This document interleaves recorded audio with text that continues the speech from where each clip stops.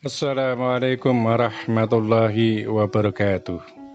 Selamat datang di channel Sang Penyair, channel yang membahas tentang kehidupan akhir zaman dan berbagi syair-syair kehidupan. Lihatlah hidup ketika dirimu bersama nafsumu, dan lihat pula ketika hidup dari dirimu bersama ruhmu, serta lihatlah pula ketika bersama semuanya, yang kemudian dikatakan sebagai hamba.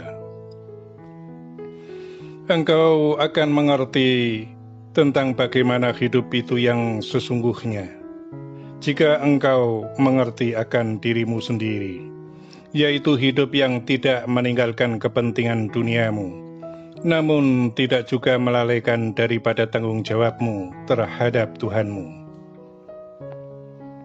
Wahai Sang Penyair, engkau dilahirkan tanpa apapun, dan nanti saat kembali engkau pun tak membawa apapun, kecuali selembar kain kafan. Dan hidupmu itu adalah antara ketika engkau dilahirkan, hingga sampai saat kembali, adalah kisah yang harus engkau ukir, tanpa ada yang harus disesali di kemudian hari, karena merasa merugi. Fahamilah dirimu sendiri, untuk mengerti dan mengetahui tentang dirimu sendiri, sehingga engkau bisa menjalani hidup dengan benar, yaitu sebagai hamba yang beruntung di antara kedua-duanya, yaitu selamat dunia dan selamat pula dalam kehidupan kelak, di hari pertanggungjawaban, yaitu saat engkau harus mempertanggungjawabkan atas semua yang engkau lakukan di hadapan Tuhanmu. Wahai Sang Penyair, ketahuilah tentang dirimu sendiri, untuk kemudian mengerti dan mengetahui tentang siapa Tuhanmu dengan benar. Untuk mengetahui tentang siapa dirimu, maka akan selalu ada pertanyaan dalam diri sendiri, yaitu siapakah aku? Maka kami uraikan dan kami jelaskan kepadamu, agar menjadi bagian dari khasanah ilmu yang harus engkau fahami dan dimengerti, agar dirimu tidak salah melangkah dalam hidup, tidak pula keliru dalam memahami tentang siapa dirimu dan siapa pula Tuhanmu. Sesungguhnya pada diri setiap hamba itu dibagi ke dalam dua bagian, yaitu raga dan sukma, ruh dan jasad. Ruh itu hanyalah satu, ia tidak bisa dibagi ke dalam bagian-bagian, sebab yang disebut ruh itu adalah satu kesatuan, yang tetap satu dari awal penciptaan, hingga nanti di alam pertanggungjawaban.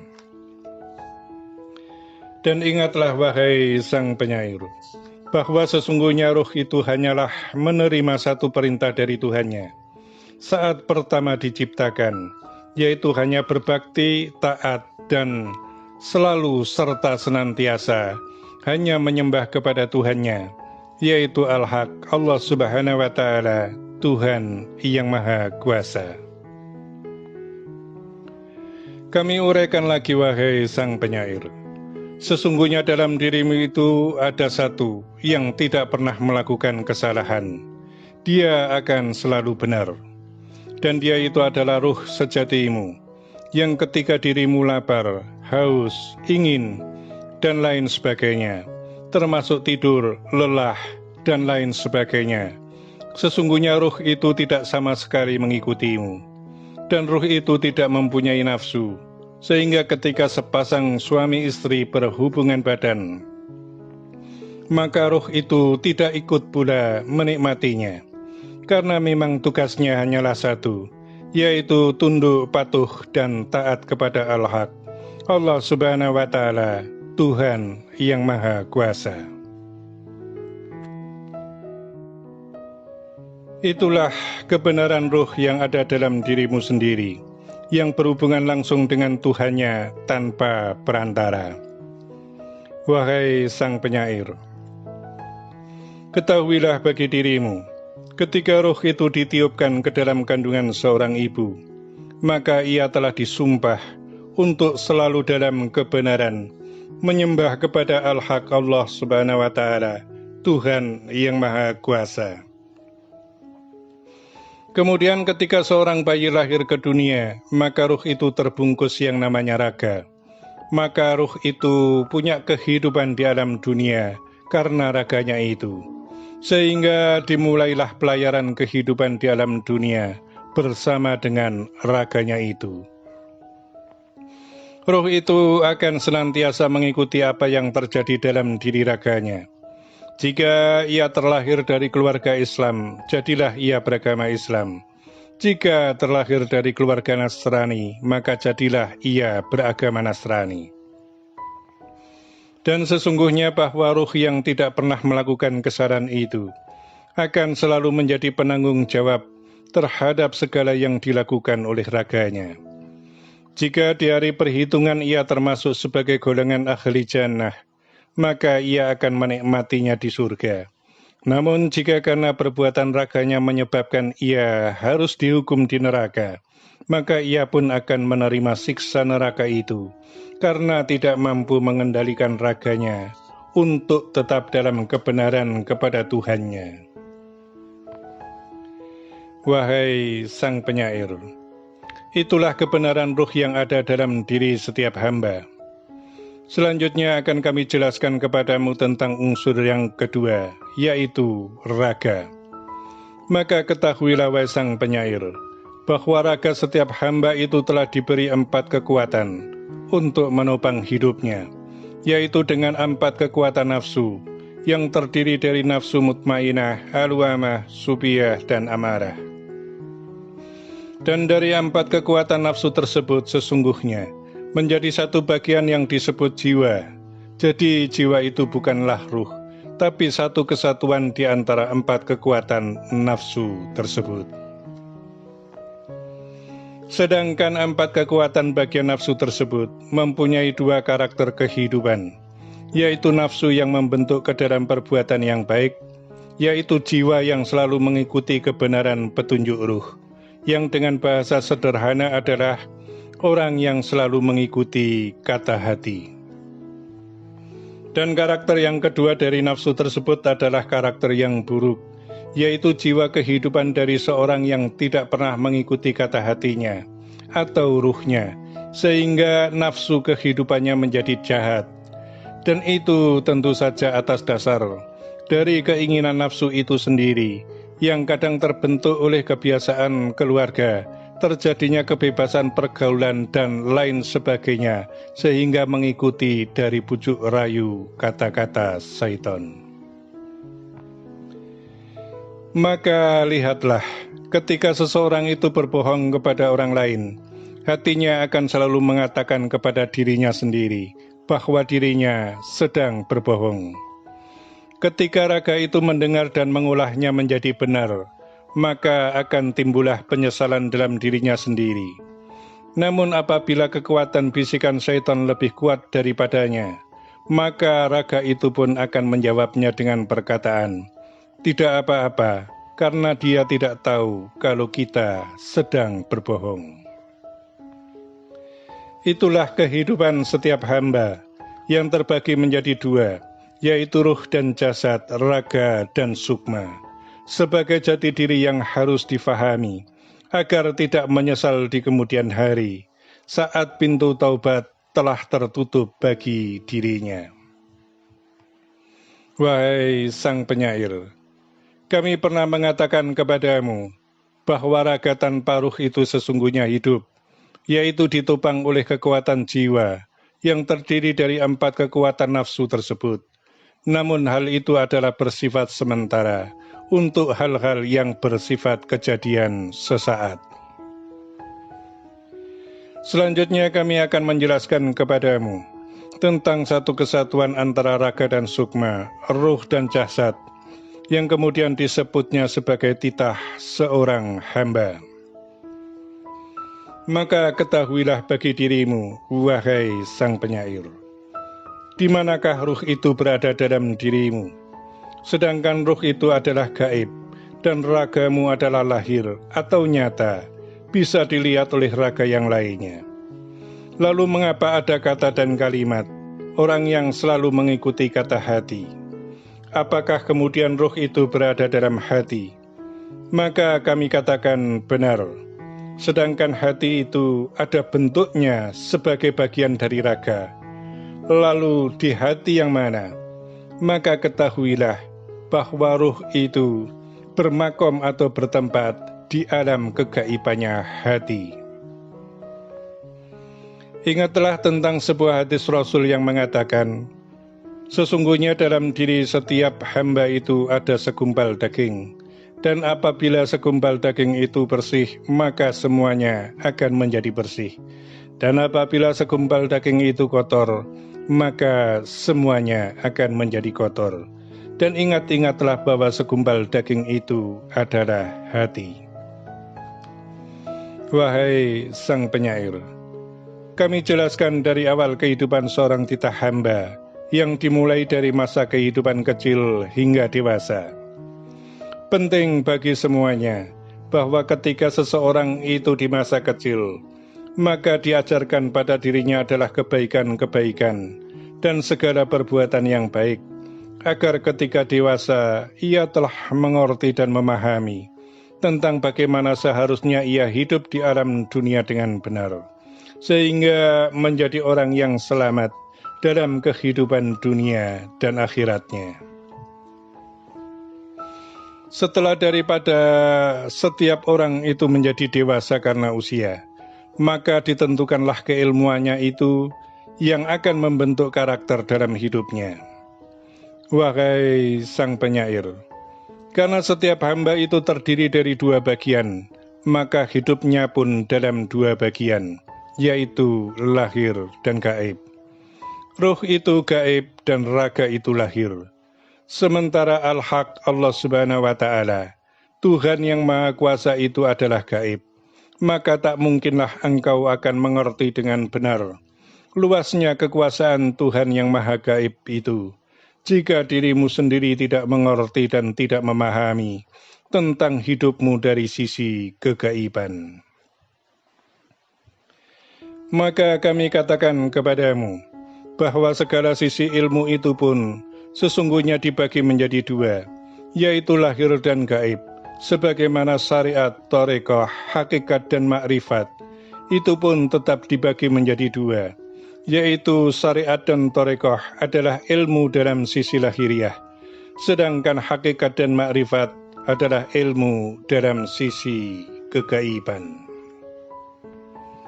Wahai sang penyair, kami akan jelaskan dengan lebih ringkas untuk bisa memahami kebenaran tentang dua alam, yaitu alam lahir dan alam gaib.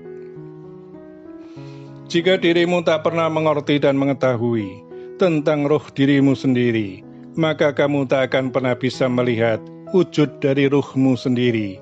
Dan jika kamu tak pernah bisa melihat dari ruhmu sendiri, maka kamu tak akan pernah mengerti dan memahami tentang bagaimana kehidupan di alam gaib itu terjadi. Jika hal itu yang terjadi, maka kamu tidak akan pernah mengerti tentang Tuhanmu yang Maha Gaib dan Maha Benar. Dan kecuali daripada itu semua, hanyalah karena pertolongan Allah Subhanahu wa Ta'ala, yaitu hidayah.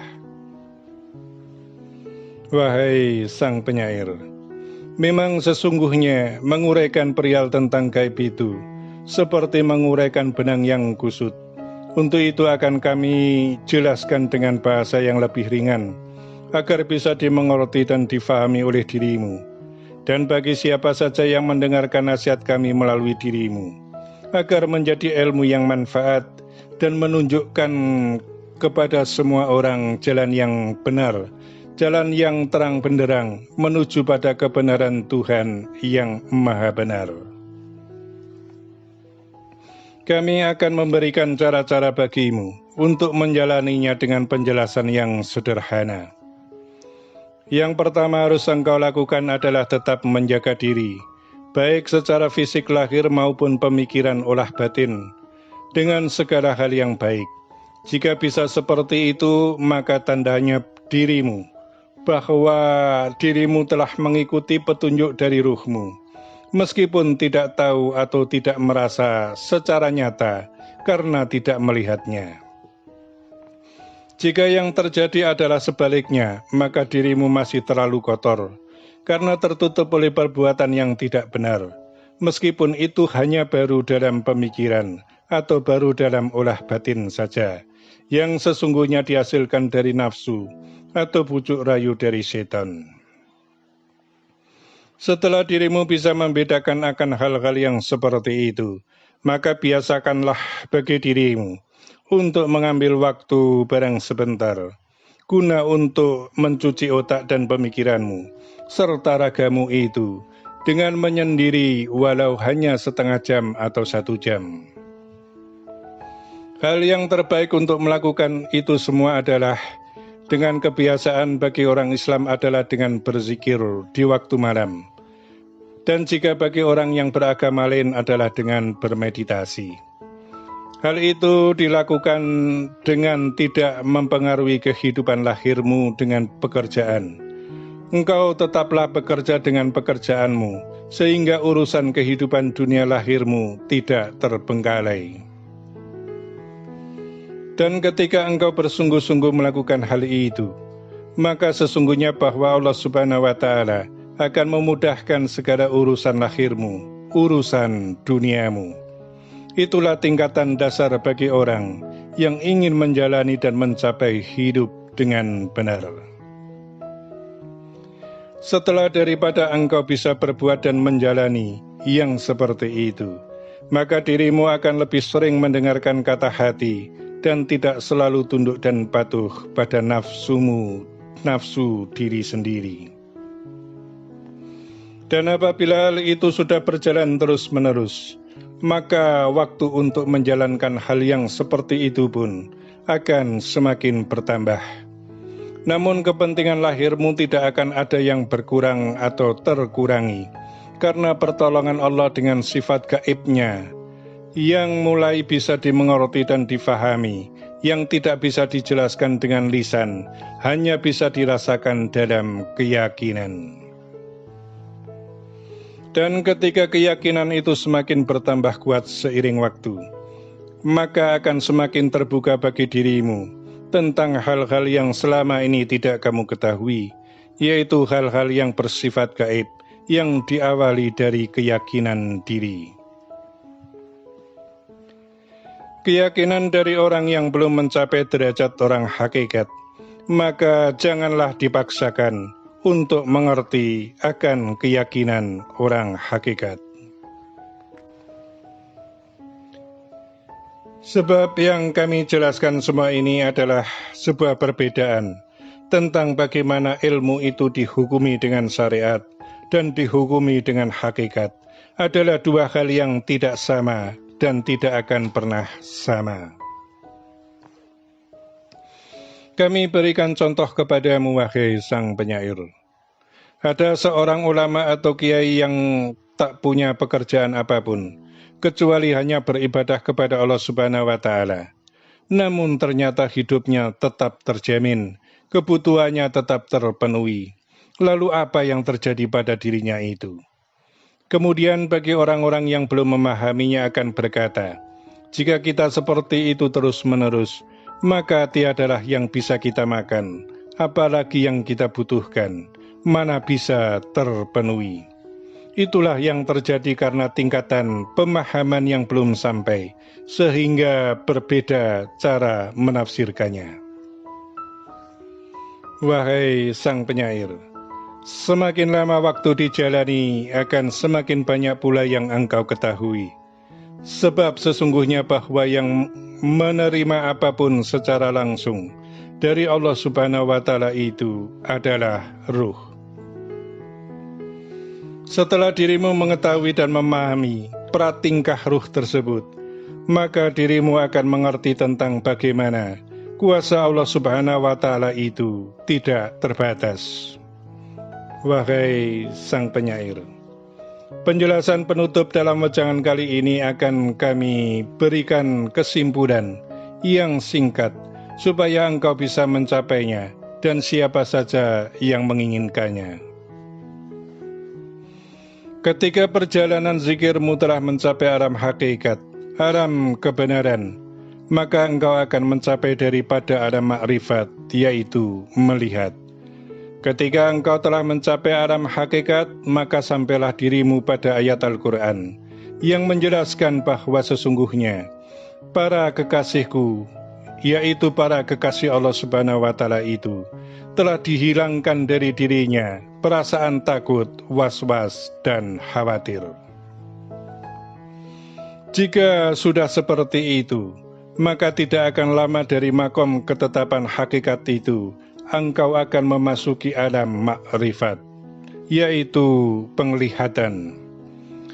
Dan ketahuilah wahai sang penyair, ruhmu itu adalah yang serupa dengan raga lahirmu. Dia tidak bisa dipeluk secara erat, karena hanya seperti laksana asap.